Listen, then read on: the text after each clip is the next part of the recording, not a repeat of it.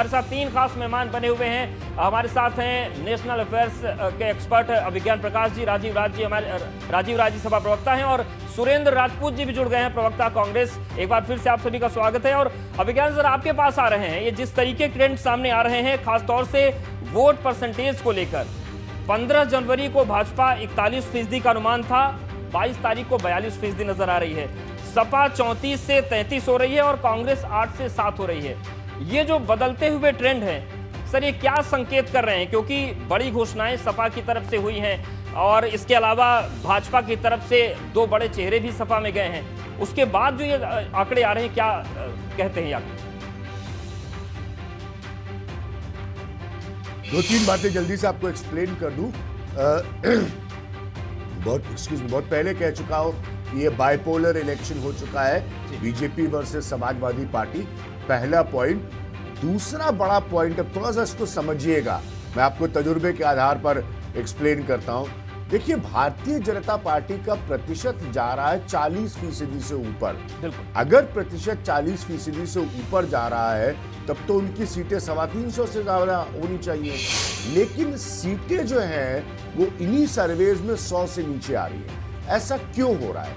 ऐसा इसलिए हो रहा है क्योंकि अनलाइक जो 2017 का चुनाव था, सामने एक डोमिनेंट पार्टी आई है जो खुद 30% के ऊपर वोट शेयर पे जा रही है, यानी कि समाजवादी पार्टी, जिसके बारे में मैं बहुत अरसे से कहते कहते थक गया हूं कि इसको 7 से 8% का पुल और चाहिए। तो बीजेपी अपना वोट प्रतिशत पिछली बार से बढ़ा रही है, लेकिन सीटें उसकी 100 के करीब कम हो रही हैं, क्योंकि सामने एक चैलेंजर है, जिसको मैंने नाम दिया है अखिलेश यादव को, कि वो चुनौती दे रहे हैं। वो चैलेंजर है भारतीय जनता पार्टी के, जो कि स्थिति 2017 में नहीं थी। 2017 में बुरी तरह से हारी थी समाजवादी पार्टी, और बीजेपी ने कम वोट प्रतिशत में इतनी बड़ी जीत हासिल की थी। तो ये फर्क है इन चुनावों का। वोट प्रतिशत ज्यादा है भारतीय जनता पार्टी का अभी तक, लेकिन सीटें 100 के कम है, क्योंकि एक पॉलिटिकल चैलेंज जो है उसको समाजवादी पार्टी की तरफ से मिल रहा है। हालांकि दोनों के बीच का फासला अभी भी मेरे हिसाब से कम होना है, जिस मोमेंटम को अखिलेश यादव को और आगे बढ़ाना होगा।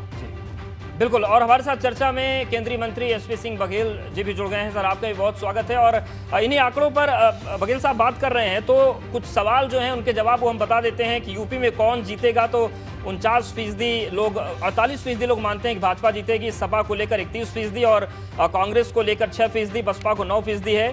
वोट प्रतिशत की अगर हम बात करते हैं तो भाजपा को 41% मिलने का अनुमान आ रहा है, जो पिछले हफ्ते 40% था। सपा को 33 था, वो 33 पर है। बसपा को 15-15।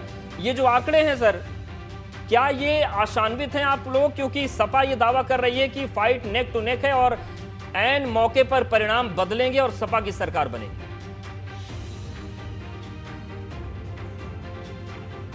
नहीं, परिणाम नहीं बदलेंगे और ना सपा की सरकार आएगी। लोग, उत्तर प्रदेश की महान जनता है जो बुद्धिजीवी है, वो कालिदास नहीं है कि जिस डाल पे बैठे हों उसको वो काटने का काम करें। वो भी डाल ऐसी है जो फल दे रही है, फूल दे रही है, भोजन दे रही है, गैस दे रही है, बीमा दे रही है, आयुष्मान दे रही है, उज्ज्वला दे रही है, शौचालय दे रही है, 12 रुपये जैसे कम प्रीमियम में बीमा दे रही है, 330 रुपये में बीमा दे रही है। खेत में आपके स्टूडियो के बराबर, आपकी टेबल के बराबर किसी किसान का खतौनी में नाम है तो 6000 रुपये साल उसको किसान सम्मान निधि मिल रही है। और 120 करोड़ की आबादी में, 130 करोड़ की आबादी के देश में, यूपी का मैं अलग से आंकड़ा बता दूंगा, 80 करोड़ लोग निःशुल्क गेहूं और चावल खा रहे हों।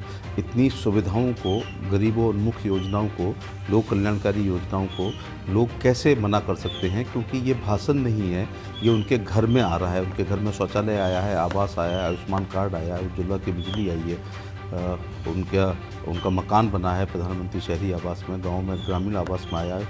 80 करोड़ लोग, माने टोटल आबादी का लगभग 70% लोग पिछले 2 साल से, मैं मुफ्त नहीं कहूँगा, लेकिन सुविधाजनक भोजन वो 5 रुपये किलो, 5 किलो गेहूं और बिल्कुल चावल सर, दे लेकिन रहे जो हैं। नई घोषणाएं हो रही है, जैसा कि अखिलेश यादव ने कहा कि वो पेंशन की जो पॉलिसी थी वो लागू करेंगे, 22 लाख लोगों को रोजगार देंगे। प्रियंका गांधी ने कहा है कि 20 लाख लोगों को रोजगार दिया जाएगा, हर विभाग में भर्तियां आएंगी और भर्ती के नाम से ही पूरा विजन उनका सामने आया है। तो क्या लगता है कि ये जो तमाम चीजें हैं ये मन बदल सकती हैं जनता का?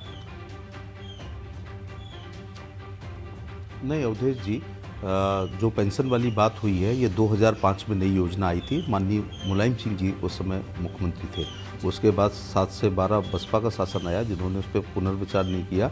और जो अखिलेश यादव जी आज पेंशन की बात कर रहे हैं पुरानी बहाली की, 12 से 17 तक उनको पूर्ण अवसर मिला था इस काम को करने के लिए, तो उन्होंने नहीं किया। और केंद्र में भी सरकार 14 तक कांग्रेस पार्टी की थी। जो तमाम लोगों का जो पैसा अपना जो लग गया है वो बाकी जगह इन्वेस्ट हो गया है, वो वापस नहीं आ सकता है। तो जिनको सरकार नहीं बनानी है वो गैर जिम्मेदाराना रवैया अपना रहे हैं, और जिनको सरकार बनानी है वो बहुत सोच समझ के अपना घोषणा पत्र जारी करते हैं। क्योंकि मेरी दृष्टि से और भारतीय जनता पार्टी की दृष्टि से घोषणा पत्र जो है वो उतना ही पवित्र है जैसा किसी भी धर्म के अनुयायी के लिए उसका धर्म है अथवा धार्मिक पुस्तकें हैं।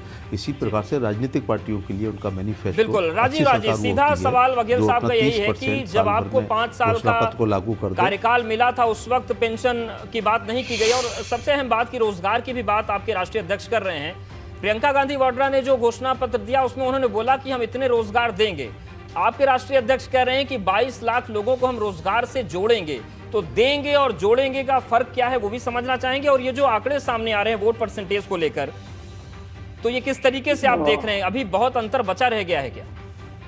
जी अवधेश जी, मैं जवाब दे रहा हूँ, लेकिन आपकी और विज्ञान की इजाजत से जो आप एक ब्रेकिंग न्यूज आया कि 31 तारीख तक पब्लिक रैली पर रोक लगा दी गई है। मैं 10 सेकंड में एक बात देश के सामने लाना चाहूंगा कि जिन चैनलों को, जिन एंकरों को, जिन पत्रकारों की और आत्मा रो रही थी, आंखों के आंसू रुक नहीं रहे थे, जब एक दिन अनजाने में भीड़ हमारी पार्टी के कार्यालय में आ गई और हमको जो पाठ पढ़ाया जा रहा था, देश के गृह मंत्री और देश के मीडिया के सबसे बड़े पार्टी के राष्ट्रीय अध्यक्ष जब भीड़ लेकर डोर टू डोर कैंपेन कर रहे हैं और आपके विजुअल्स में दिखाई दे रहा है, तो इलेक्शन कमीशन और पत्रकारों की और समाचार चैनलों के अंतरात्मा जागेगी। मैं इस बात का निवेदन करता हूँ। दूसरी बात, आपके आंकड़े पर अवधेश जी, मुझे तो मैं पहले से बोला हूँ कि सहमत नहीं हूँ। अभी आपने दिखाया कि 1% हमारे चांसेस सरकार बनाने के बढ़ गए और वोट में हमारा घट गया, फिर अपने आप में कंट्राडिक्ट कर रहे हैं।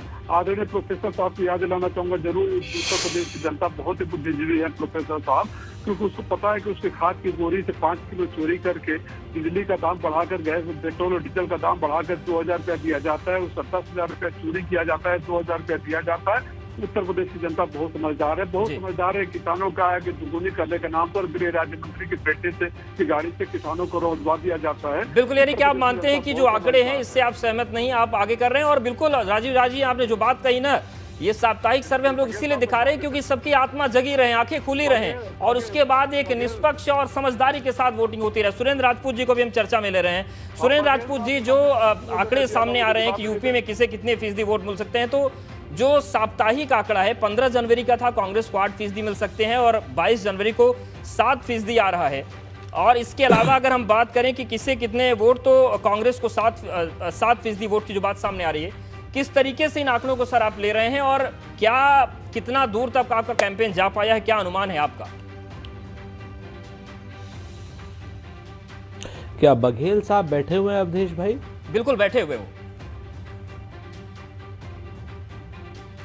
जी। तो बघेल साहब, आपसे, आप तो क्या नाम बड़े भाई भी हैं, आपने बड़ी अच्छी बात कही कि घोषणा पत्र जो होता है वो धार्मिक पत्र की तरीके से होता है, अनुबंध पत्र की तरीके से होता है, और उसी अनुबंध पत्र को तोड़ने के, उसी अनुबंध पत्र को झूठा साबित करने के आप लोग पापी हैं। आप लोगों ने 70 लाख रोजगार कहे थे, कहां हैं जरा बता दीजिए। आप लोगों ने कहा था कि साहब 1 GB डाटा देंगे, कहां है। आप लोगों ने कहा था लैपटॉप देंगे, आखिरी में आकर के आप बात कर रहे हैं। आप लोगों ने इतनी ऐसी तमाम चीजें कही थी, मैं आपको बता दूं, कि जो आपने कतई पूरी नहीं की। एक एक पन्ने पर अगर आप बात करेंगे तो निश्चित तौर पर आप लोग झूठे साबित होंगे और उत्तर प्रदेश की जनता दोबारा से उस झूठ की हांडी को या काट की हांडी को दोबारा नहीं चढ़ाएगी। मेरा बड़ा स्पष्ट मत है। किसानों से आपने कहा था 400 रुपए में गन्ना लेंगे, आप तो किसान बेल्ट से आते हैं सर, कितने रुपए में गन्ना ले रहे हैं जरा ये भी बता दीजिए आप। बकाये की बात हम बाद में कर लेंगे। और कहते हैं ना कि लश्कर भी तुम्हारा है, सरदार तुम्हारा है, तुम झूठ को सच लिख दो, अखबार तुम्हारा है। इस दौर के फरियादी जाएं तो कहां जाएं, सरकार तुम्हारी है, दरबार तुम्हारा है। ठीक है राजपूत साहब, जवाब ले लेते हैं। बघेल साहब, कई सवाल एक के बाद एक राजपूत जी ने दाग दिए हैं यहाँ पर। जी सर, राजपूत जी से कहना चाहूँगा कि काठ की हड़िया एक बार चढ़ती है, 3 बार नहीं चढ़ती है।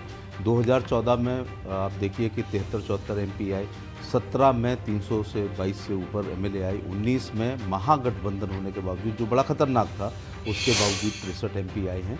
इसी प्रकार से उत्तर प्रदेश की जनता को अच्छी तरह याद है कि अच्छा है, बहुजन समाज पार्टी कहीं नहीं है। आप लोग महिमा मंडन अखिलेश जी का कर रहे हैं, और अखिलेश जी का महिमा मंडन अगर हो रहा है हमारे नियर अबाउट को अगर कहीं कर रहे हैं, तो उससे हमें बहुत बड़ा लाभ है, क्योंकि लोगों को 12 से 17 की सरकार याद आ जाएगी कि कोई प्लॉट सुरक्षित नहीं, मकान सुरक्षित नहीं, दुकान सुरक्षित नहीं, बेटी कहीं दूसरे शहर में जाती थी तो रास्ते में लाइव लोकेशन बाप को लेनी पड़ती थी, डॉक्टरों ने सुबह मॉर्निंग वॉक आगरा में बंद करती थी क्योंकि भूरा यादव पकड़ के ले जाता था। मथुरा जो समाजवादी पार्टी का सबसे कमजोर जिला है, जहां जमानत कभी सपा की नहीं बची है, जब बदमाशों की और उनके पीठ पर हाथ अखिलेश का होता है तो जवाहर कांड होता है जिसमें डिप्टी SP मारे जाते हैं। एक पैरेलल गवर्नमेंट एक सार्वजनिक पार्क में एक बदमाश चला रहा था, जो बाद में खुद भी मारा गया, लेकिन उससे हमारे DSP मुकुल जी मारे गए। तो जब तक बच्चा स्कूल से घर नहीं आता था, माँ चिंता करती थी कहीं अपहरण तो नहीं हो गया। इसी प्रकार बिल्कुल इस बात का जवाब राजीव राजे से लेंगे, और सुरेंद्र राजपूत जी भी अपनी बात ऐड करना चाह रहे हैं, उनके पास भी जाएंगे। गंगा की कटहरी और नेशनल अफेयर्स एक्सपर्ट विज्ञान प्रकाश जी भी हमारे साथ बने हुए, उनके पास भी जाएंगे। आप सभी मेहमान हमारे साथ बने रहिए।